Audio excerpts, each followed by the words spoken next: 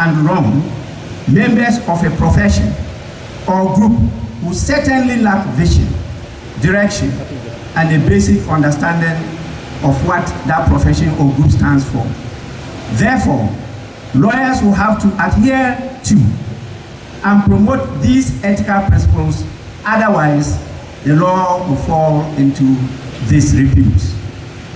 Ethical lapses in the legal profession can erode public trust, breed cynicism, and cast a dark shadow over the very institution that is meant to be the beacon of justice.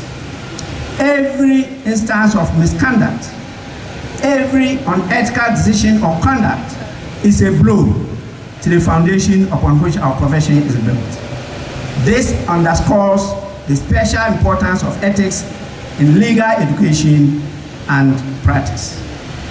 To state the obvious, legal ethics play a crucial role in the practice of law in Ghana, as outlined in the Legal Profession Professional Conduct and Etiquette Rules 2020, Legislative Instrument 2423. I'm happy to be part of those who process this LI. The rules cover a wide range of ethical obligations that lawyers must adhere to, emphasizing honesty, integrity, and the protection of the administration of justice.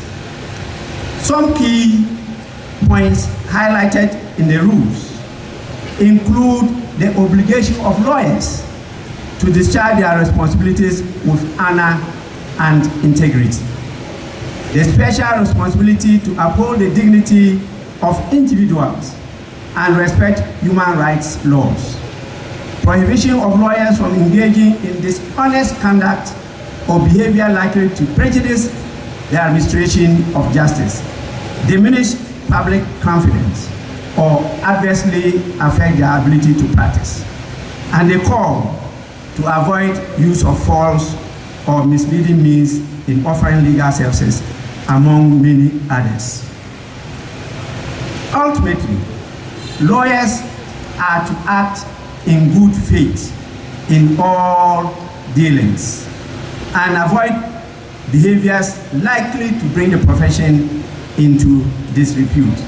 These and many more are evidence that the legal profession in Ghana places a strong emphasis on ethical conduct and integrity, and these rules are designed to guide lawyers in upholding the dignity and standards of the legal profession.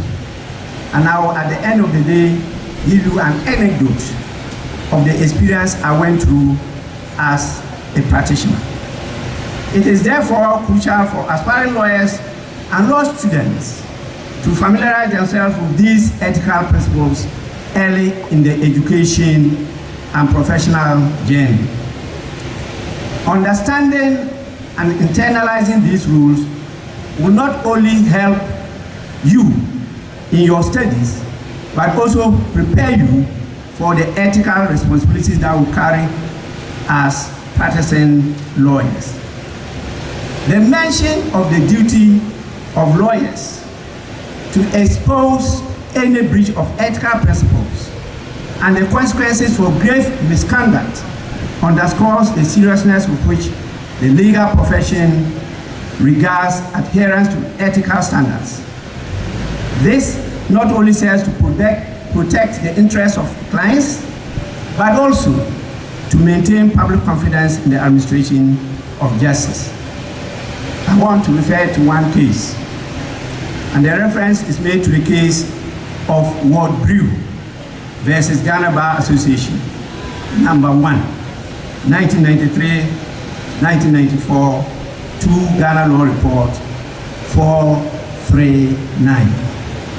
That case highlights the legal precedent that supports the importance of maintaining the dignity, honor, and integrity of the legal profession. Legal professionals have a duty to take action if they believe that the ethical principles are being threatened or undermined by the conduct of any peers or any legal body.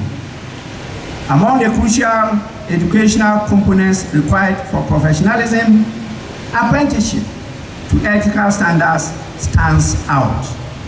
This apprenticeship introduces novices to the integrated practice of the profession, grounded in its fundamental purposes. For those entering or returning to public service upon their call to the bar, familiarity with the Code of Conduct for Public Officers outlined in Chapter 24 of the 1992 Constitution is paramount. These rules establish minimum standards of behavior, addressing issues such as a conflict of interest, illegal acquisition of wealth, and the declaration of assets. The advancement of education, particularly legal education and practice, transcends acquiring knowledge and skills. It involves building a better future for the legal profession. This vision necessitates a commitment to ethical conduct, starting in the classroom and extending throughout one's legal career. Ethics should be viewed not as a constraint, but as a privilege to contribute to an efficient and ethical legal system. The law, as you all know, is a powerful tool. Its strength derives from the ethics guiding its use. Therefore, aspiring lawyers are urged to aspire to leave a legacy of ethical conduct, inspire trust, and serve as role models. As students, you are embarking on a journey into the legal profession. You should recognize and apply ethics as its foundation and soul. This noble profession, called the legal profession, demands individuals who are selfless, honest, and devoted. The aspiration for students to be truly worthy of noble title of, as you've been told, lawyer at the conclusion of your courses, contributing positively to the legal community, is what you are aspiring to do starting from today. As a young man, I was a first-class student in the basic school, a first-class student in the secondary school up to the sixth form. I was not a first-class student in the University of Ghana, and I was not a first-class student in the Ghana School of Law. But I was a first-class legal practitioner in Accra.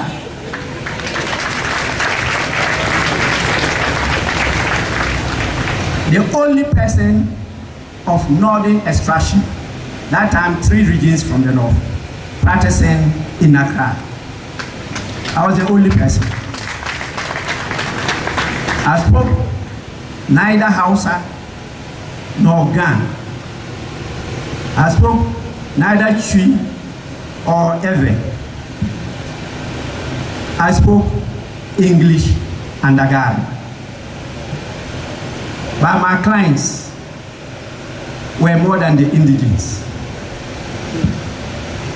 The only reason being the full application of ethics of the profession.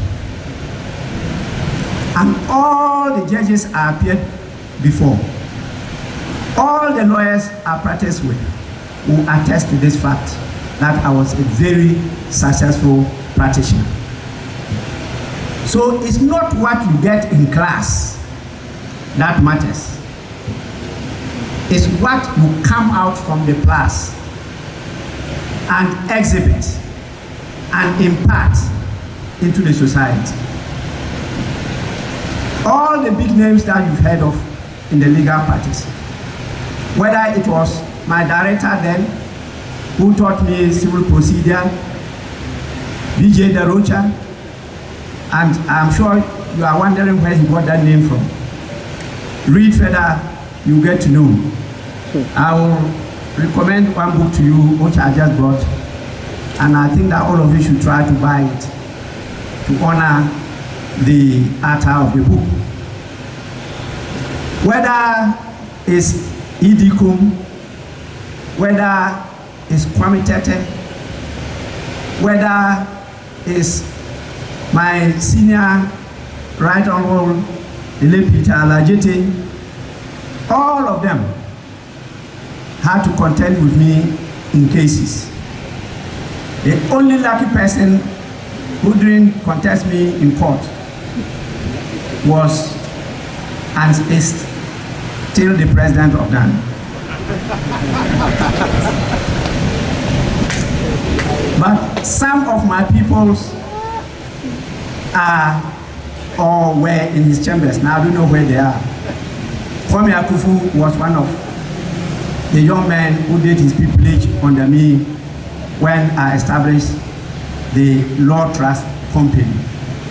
And E.D. Kum sued us for establishing a firm titled Law Trust Company.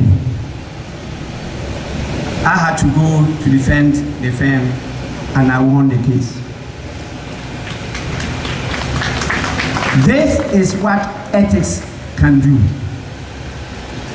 I believe in the statement, and I will explain it to you all, that a good lawyer is a lawyer who knows the law. But the best lawyer is a lawyer who knows the judge.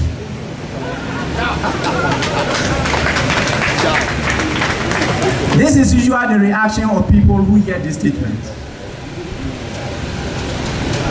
Because I'm not sure they understand the statement. Many think that it means unlawfully influencing the judge. That is not what is meant.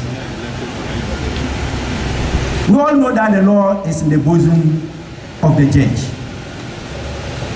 How you are able to position yourself to articulate not only the words of civility, but the tone, how you comport yourself, how you apparel yourself and appear before the judge, how you show dignity and respect, how you show candor and truthfulness, how you are able to carry the judge along with you as you put across your case is what this thing is referring to. Because at the end of the day, if you are able to convince the judge that your case is right, the judgment will be in your favor. That is what it's about. It's not about some mischief. It's not about using illicit means of influencing judges to rule or decide in your favor. And so throughout my practice, and some of the young lawyers, they are not very senior lawyers, some are with me in Parliament, had to come to me to say that I was the one inspiring them and they want to be like me. I said, no, don't be like me. You have to be better than me. That is what progress is about. And so as we talk to you today, I'm not expecting any of you to be thinking of being a speaker like me. I'm looking forward to you being higher than a speaker of the Parliament of Ghana. That is what we're looking forward to. Not number one in Ghana. You may be talking about number one in the world. And Ghana has had number ones many, many times. We have had number ones. Not just talking about Alex Kwesi being the first black man to preside over the General Assembly of the United Nations, not just being like John Mensah Saba, who was called to the bar in 1896, not just being like Nana Dr. SKB Asante, the first lawyer in sub-Saharan Africa to be appointed an attorney at the United Nations. Not these first, no, I mean something greater than that. And you are all capable of getting there. It's a matter of vision. It's a matter of determination. And as I'm often saying, determination determines destiny. I want to end up by assuring you that I will definitely be in touch with my good friend, the President, His Excellency Nana Addo Dankwa Akufo-Addo, even though I disagree with him in his refusal to assent to our bills. And I've given notice that we'll be in court on this matter. We'll ensure that the Ghana School of Law becomes a better place than we have it now. And as I depart here, I expect to see an emissary or even the director himself follow up for us to acquire a better public address system for this school. With this, I thank you all for your patience and attention.